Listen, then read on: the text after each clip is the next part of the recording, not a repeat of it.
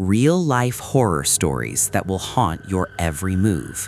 Be advised, it's so terrifying that 90% of people couldn't last more than 30 minutes before shutting it off. Consider this your only warning.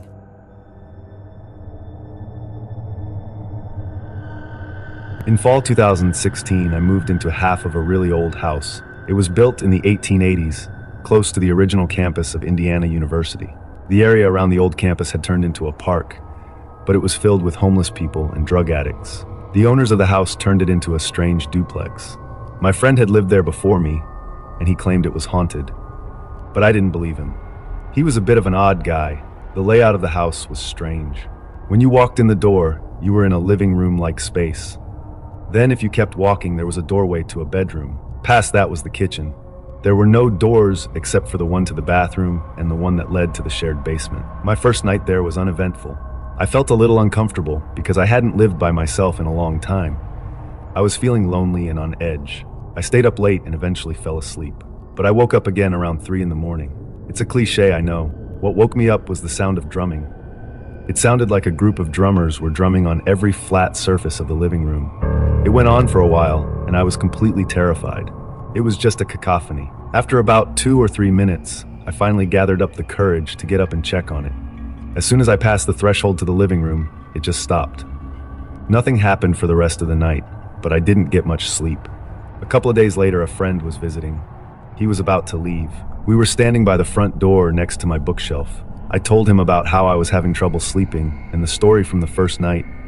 As I was saying this, a book threw itself off the bookshelf and onto the floor 3 feet away. It had to fly past the dresser the shelf was perched on and landed between the two of us. He just gave me a creeped out look and said he had to go. I don't blame him. Eventually, I asked the guy in the other half of the duplex what was up. He had lived there for 8 years. He told me that no one stayed longer than a year, and they all reported the same stuff. For whatever reason, he said nothing ever happened on his side. It didn't make sense, but there it was. I tried to brush it off as my imagination played tricks on me. But the strange occurrences didn't stop. Every night, I would hear strange noises. Sometimes it sounded like whispers coming from the walls.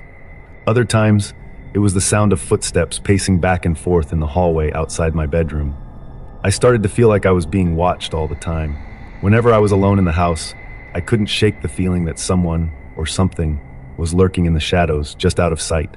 One night, as I was getting ready for bed, I heard a loud banging coming from the basement. It sounded like someone was pounding on the walls with a sledgehammer. I hesitated for a moment, then gathered up my courage and went to investigate. As I descended the creaky stairs to the basement, the banging grew louder and more frantic. My heart was pounding in my chest as I reached the bottom step and stepped into the dimly lit room. But to my surprise, there was nothing there.